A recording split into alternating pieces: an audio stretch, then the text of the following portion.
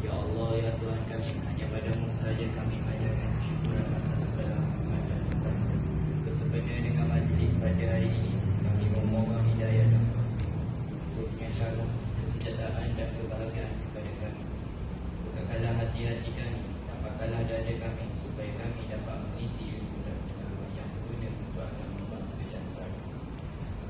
Ya Allah, ya Rahman, ya Rahim, kami memohon kepadamu agar engkau berkati majlis ini dengan limpahan rahmat. Semoga segala usaha kami dalam menjayakan majlis ini dapat keridaan dan hidayah. Sesungguhnya pada hari ini kami berkumpul kerana senyum. Kami berkumpul untuk menuntut ilmu, bertukar pendapat, menyumbang fikiran, menghubungkan silaturahmi dan memberi sokongan ke arah peningkatan bagi prestasi kebangsaan kami. Ya Allah, ya Zalal wa Ikram, kami memohon kekuatan kami dan rahmat ya Allah, supaya kami yang hadir pada hari ini agar kami dapat melaksanakan segala kebajikan, dan kami mohon perlindungan dengan engkau daripada melakukan keburukan.